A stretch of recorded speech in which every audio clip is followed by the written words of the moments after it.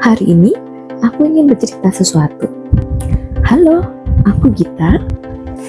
Beberapa waktu yang lalu ada seorang wanita yang datang ke aku. Namanya Miss Claire. Usianya 50 tahun. Beliau duduk pelan dan sambil melihat hasil tes tensinya. Dan jujur saja, aku bisa melihat rasa takutnya dari matanya itu terhadap hasil tes tersebut. Beliau bilang seperti ini, "Kak, saya sudah minum hipertensi setiap hari, tapi kenapa tekanan darah tinggi saya tetap tinggi? Saya salah apa ya?" Dan dari situ aku sadar bahwa banyak orang yang merasa tensinya tetap tinggi merupakan kegagalan dirinya sendiri. Padahal bukan seperti itu ceritanya. Apa itu tensi? Nah, apa itu tensi? Mari kujelaskan dengan cara yang lebih sederhana. Bayangkan saja tubuh kita itu seperti rumah.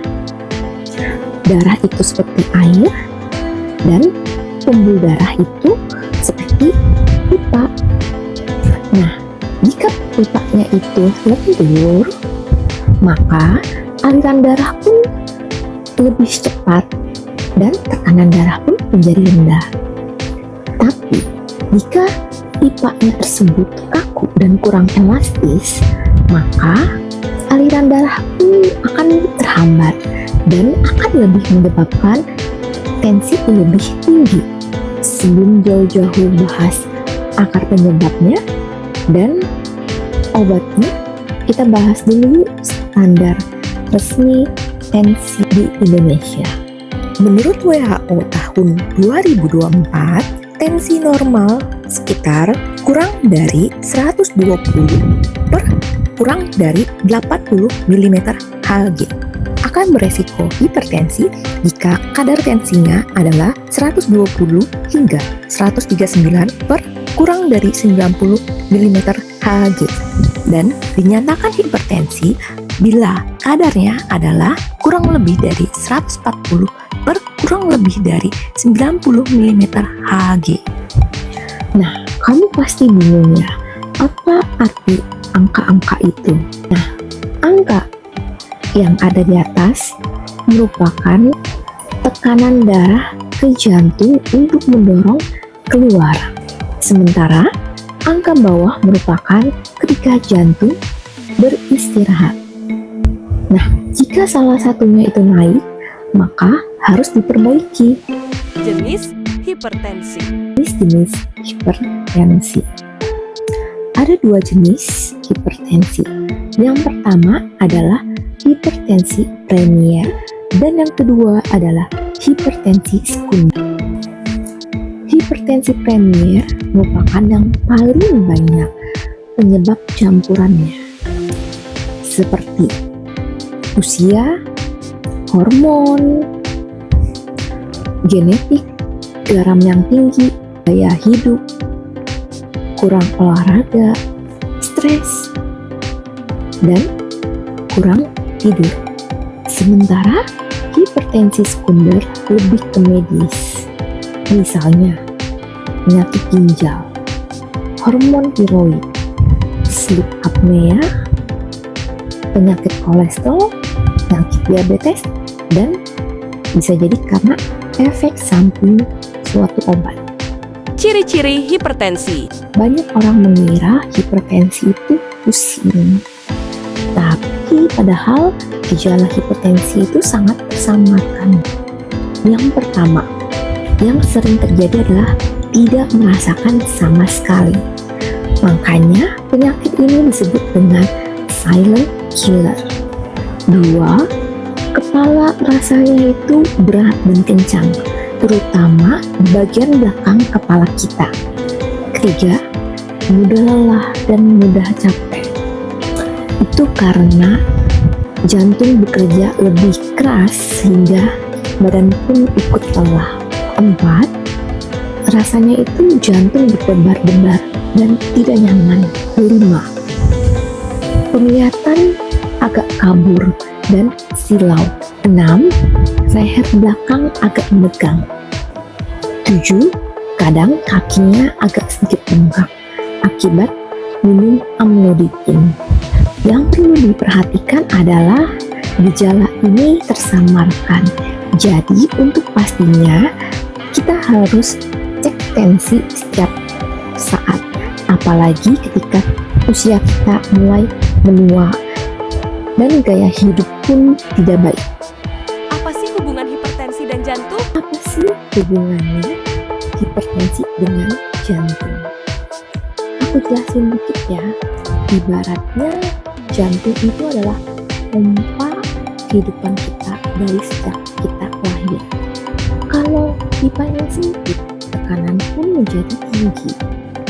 Dan pompa itu pun akan bekerja lebih keras.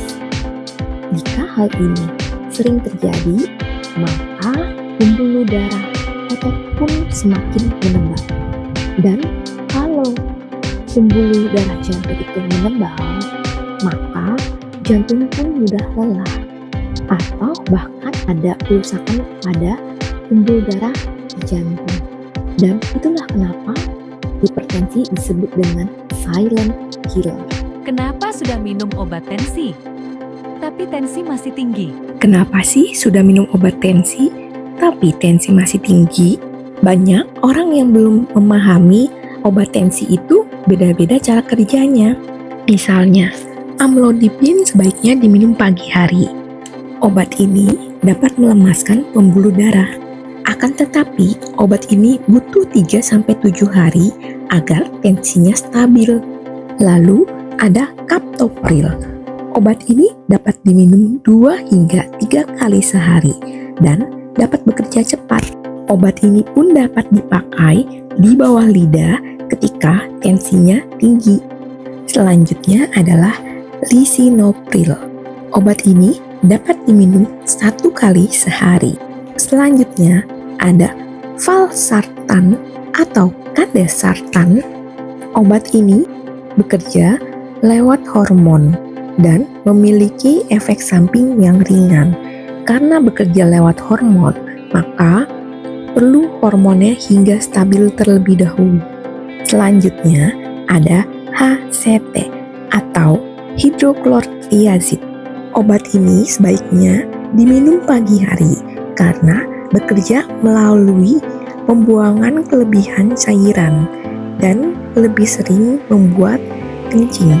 Lalu penyebab selanjutnya adalah obat tensinya tidak diminum secara rutin dan diminum hanya pada saat tensinya naik dan merasa pusing saja. Selanjutnya, sering makanan asin. Makanan asin ini dapat melawan sifat obat tersebut. Contoh makanan yang dapat bikin tensi tinggi. 1. Mie instan. 2. Sosis atau nugget. 3. Kopi atau teh manis yang mengandung kafein. 4. Makan malam di atas jam 9 malam.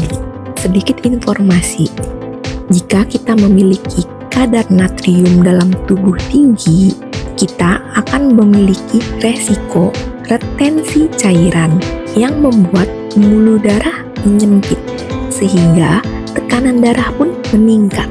Dan standar maksimal natrium per hari untuk manusia adalah 2000 mg natrium per hari atau setara dengan kurang lebih 5 gram garam dapur atau 1 sendok teh. Selanjutnya, kurang tidur dan stres.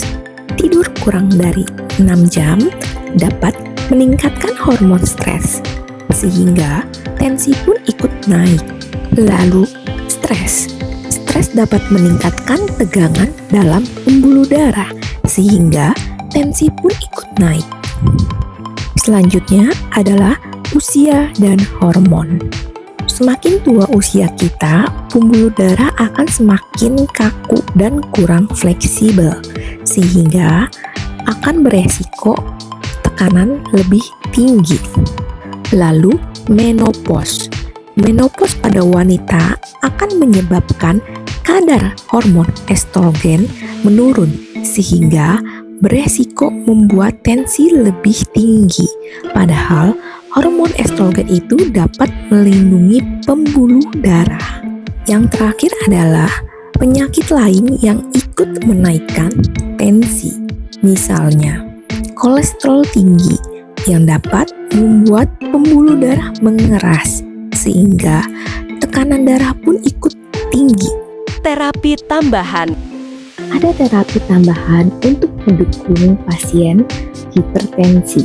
Misalnya, pertama, omega 3 fish oil. Omega 3 ini membuat pembuluh darah lebih lentur, bantu turunkan trigliserid, serta bantu jantung untuk berdetak lebih stabil.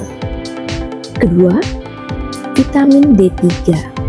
Jika kadar D3 kita dalam tubuh rendah, maka akan berpotensi untuk menjadi hipertensi.